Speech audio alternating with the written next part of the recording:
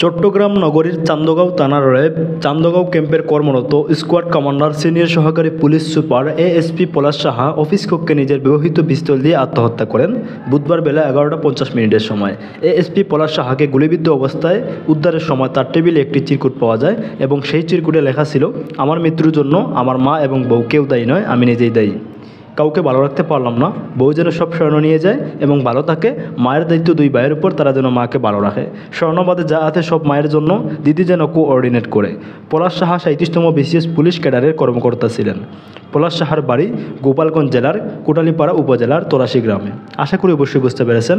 ধন্যবাদ সবাইকে। আসসালামু আলাইকুম।